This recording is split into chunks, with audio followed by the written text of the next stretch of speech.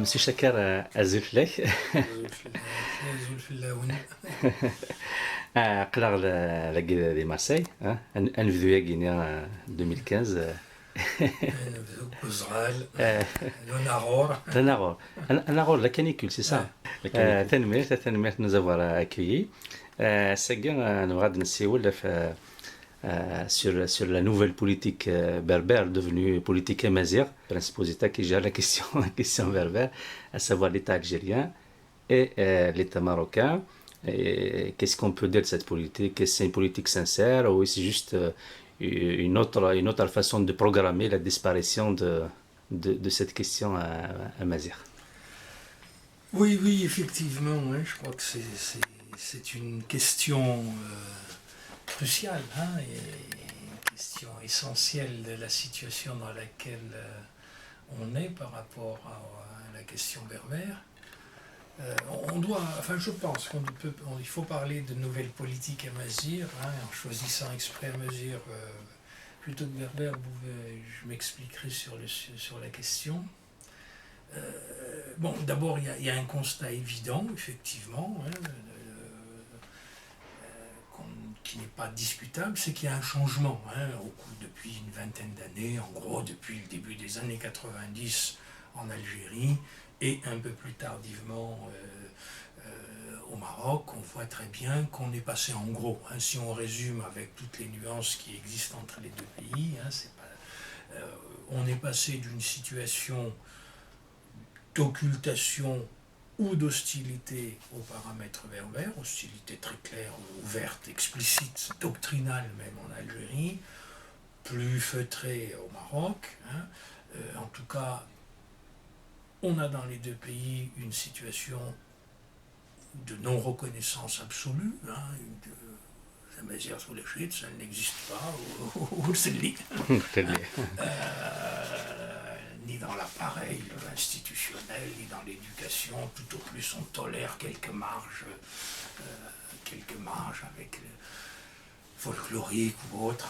Mais en gros, l'État ignore cette réalité-là. Tous les textes constitutionnels, juridiques, etc., ne l'évoquent jamais, ne la prennent jamais en considération, et les politiques linguistiques et culturelles mises en place, avec des nuances, mais elles sont toutes parfaitement claires. Elles visent à imposer la généralisation de la langue arabe. C'est explicite dans les deux pays, à travers le système scolaire, à travers le caractère officiel exclusif de la langue arabe, etc. On est dans une situation, au fond, de non-reconnaissance absolue, qui va, dans le cas de l'Algérie, jusqu'à une situation de répression ouverte, un peu plus feutrée au Maroc, mais elle n'est pas... Et on voit progressivement se mettre en place, depuis 90, l'Algérie ayant ouvert un peu le chemin, une situation de de tolérance, d'abord de tolérance avec la création en Algérie des départements de langue et culture amazigh dans l'université, avec au Maroc le discours royal de 94, avec les débuts de l'enseignement facultatif de amazigh en Algérie, en 95 et ainsi de suite. Le Maroc qui suit la même voie en 2003, 2002-2003, la création de l'IRCAM, le début de la mise en place de l'enseignement dans le primaire. Donc on voit, au fond, on est passé très clairement d'une situation de non-reconnaissance, ça n'existe pas. Nous sommes des Arabes, point final, et la seule langue qui soit légitime, c'est l'arabe, à une situation où on commence à faire une place aux berbères. Évolution qui est sanctionnée au niveau juridique, au plus haut niveau dans les deux constitutions. 2002 pour l'Algérie, avec la modification constitutionnelle qui reconnaît le statut de langue nationale à amazigh, et 2011, juillet 2011 au Maroc, qui lui reconnaît carrément un statut de langue officielle. Donc on est en quelque sorte en 20 ans, hein, passé d'une situation d'occultation, de négation absolue, voire de répression, à une situation de reconnaissance au plus haut niveau, y compris dans la Constitution. Alors, je crois que ce sont des faits hein, qu'on ne peut pas nier. La question de savoir quel est l'impact, quelle est la signification et quelle interprétation on peut donner à cette évolution. Hein. C'est dans ce sens, je crois, qu'on peut parler aussi de nouvelles politiques amazighes, de nouvelles politiques berbères en Algérie ou au Maroc, au fond, puisque on est passé donc de cette attitude de négation à une attitude de tolérance puis de reconnaissance. Hein.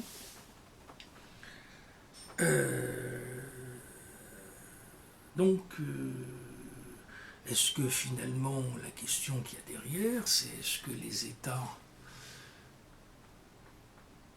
ont abordé, je dirais, on est dans une nouvelle phase qui permettrait aux Berbères, à Tamazirs de se développer, d'occuper ses fonctions, d'avoir une existence normale, d'occuper l'ensemble des champs d'intervention possibles dans la société, etc., hein, de connaître un vrai développement et, disons, d'échapper au risque à la situation de marginalisation, voire à la situation de disparition dans un certain nombre de cas, de régions, hein, qui lui étaient réservées, en fait, hein, qui étaient en fait programmées même. Bon.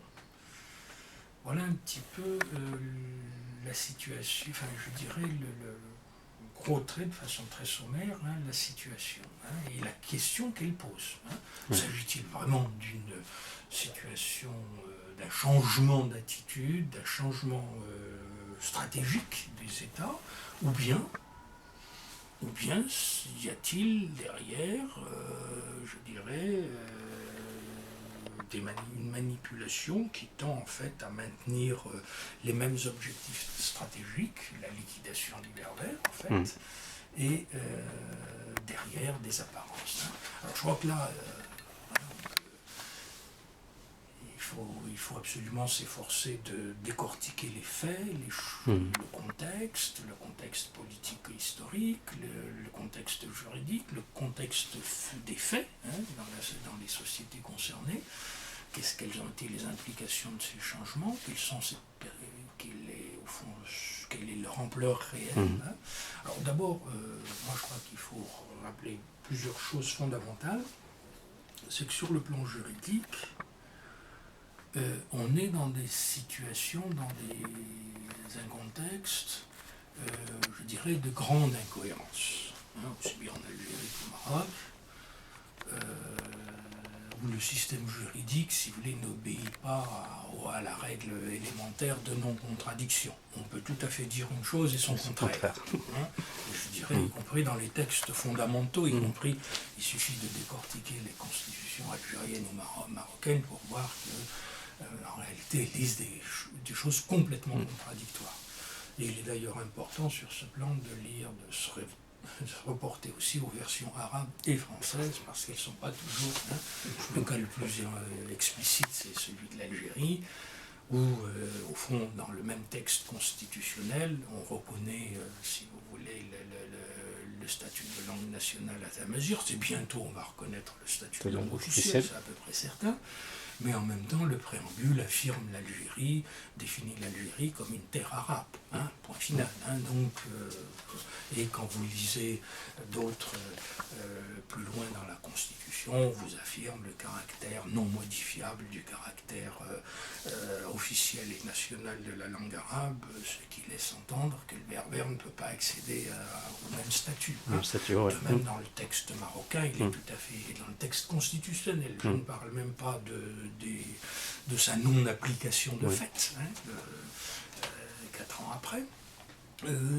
C'est le fait qu'on va affirmer que la lecture même du texte montre que, en fait, le berbère est langue officielle, mais est langue officielle de deuxième zone. Hein, c'est tout à fait clair. Hein. C'est-à-dire que on définit même, au fond, le texte de la constitutionnelle marocain, a priori énonce même les conditions de la limitation de cette, que cette officialité sera limitée, puisque elle ne pose pas un principe d'officialité du berbère, elle dit le berbère et la mazir c'est langue officielle, et des lois ultérieures définiront les conditions et en gros l'ampleur, les domaines d'application. Comme si la notion de langue officielle pouvait, au fond, intellectuellement, pouvait autoriser de telles restrictions a priori. Ouais. Bon, on voit très bien qu'on a des textes, le cas de l'Algérie est encore plus flagrant, la Constitution elle-même dit une chose et son contraire.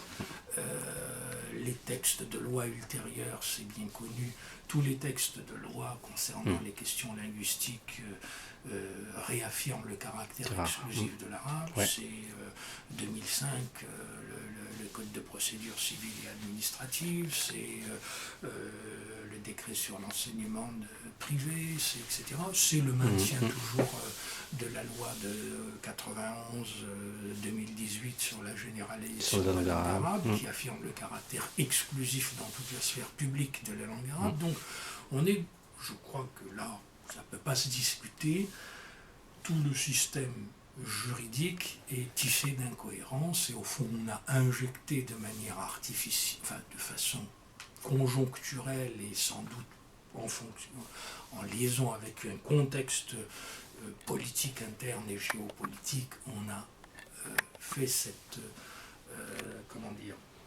concession à la mazir, qui devient langue nationale en Algérie en 2002 et langue officielle en 2011 au Maroc, mais l'ensemble de l'édifice ne change pas.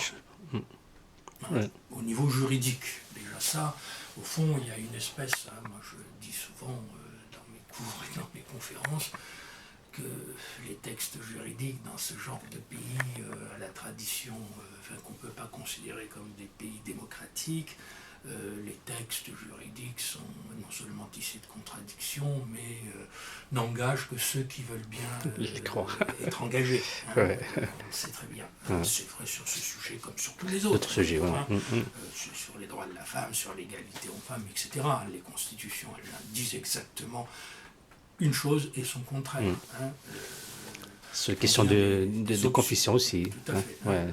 À l'intérieur des constitutions, et les lois, souvent, et règlements contredisent de façon flagrante les déclarations constitutionnelles. Bon, donc déjà, on voit très bien sur le plan du système juridique, il ne s'agit en aucune façon d'une révolution. Ça n'est pas vrai, c'est une concession laborieuse et, j'allais dire presque, un bricolage au niveau juridique.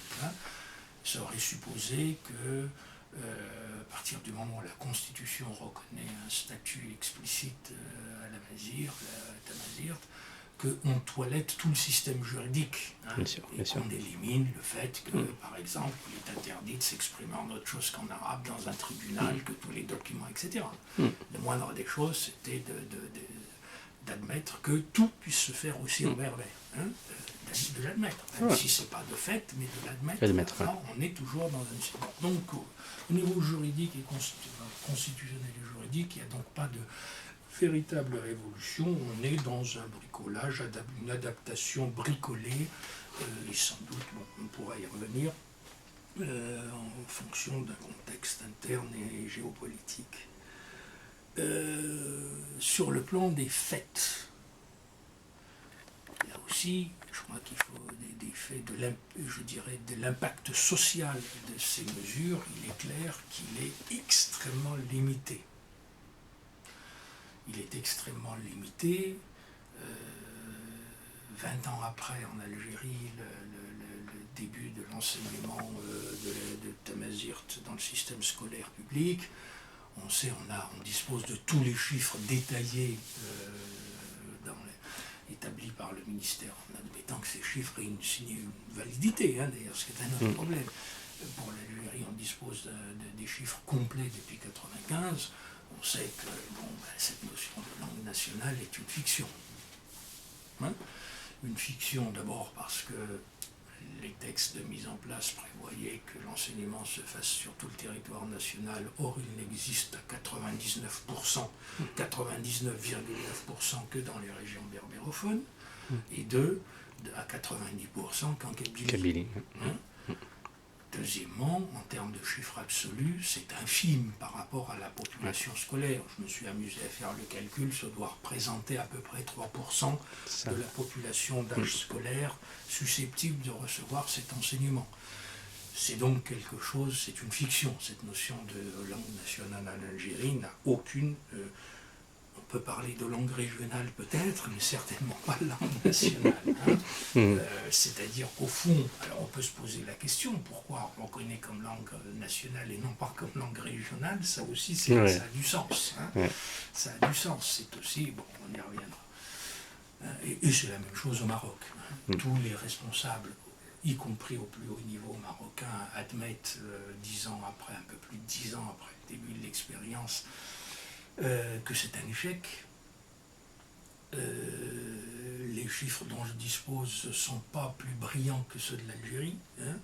Bon, les officiels ont souvent parlé de chiffres de 10, 13, 14% des élèves. Moi, j'ai des chiffres internes au ministère qui sont plutôt de l'ordre de 3%. Hein, et toutes les enquêtes qui ont été faites sur ce terrain montrent que cet enseignement, qui est censément obligatoire et coextensif à tout le territoire national, n'existe que dans les régions berbérophones pratiquement, qu'il est absent dans de très nombreux établissements, et que donc actuellement ça fait belle lurette que tout le système, puisqu'on a commencé depuis la première classe du primaire, il y a belle lurette que tout le système scolaire aurait dû être couvert. On en est très loin, ni au plan géographique, ni au plan horizontal, vertical, pardon,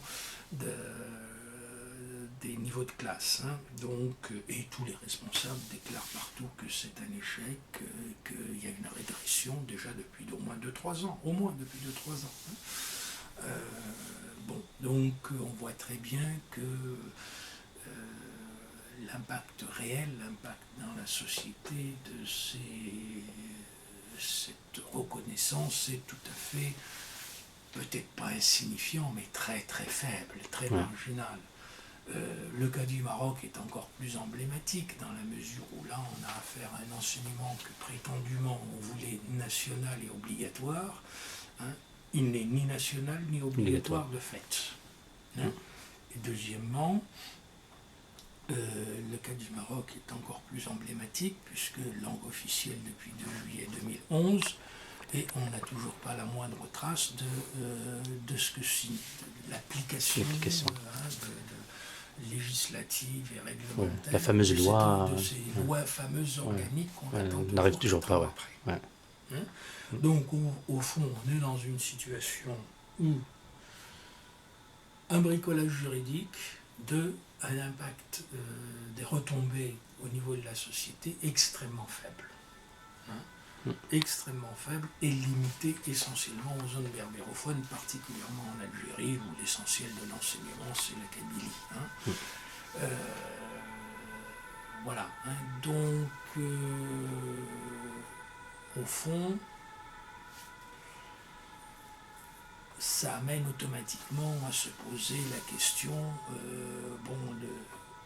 du sens de ce déphasage entre des volontés écrites, des volontés affirmées au plan juridique,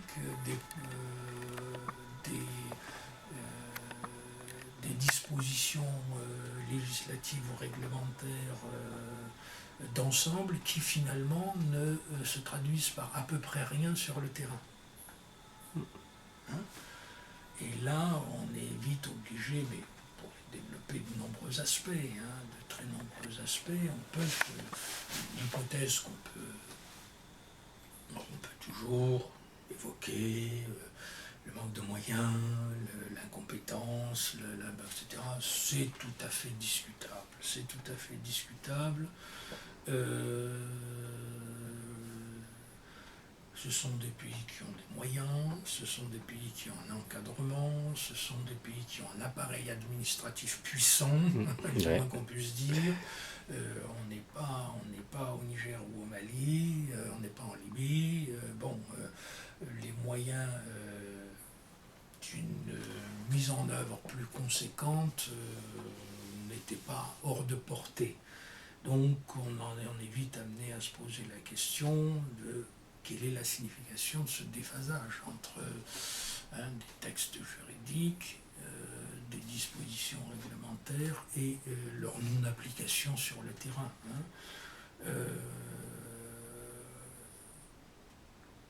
Et là, évidemment, ça amène à se poser d'autres questions antérieures. Et je crois que lorsque on fait l'analyse même des dispositions juridiques qui ont été prises, aussi bien en Algérie qu'au Maroc, on voit très bien que les choix eux-mêmes de ces dispositions juridiques et politiques étaient porteurs en germe de la situation, du résultat que nous constatons. Donc de là à penser qu'il est parfaitement programmé, il n'y a qu'un pas que je franchirai allègrement.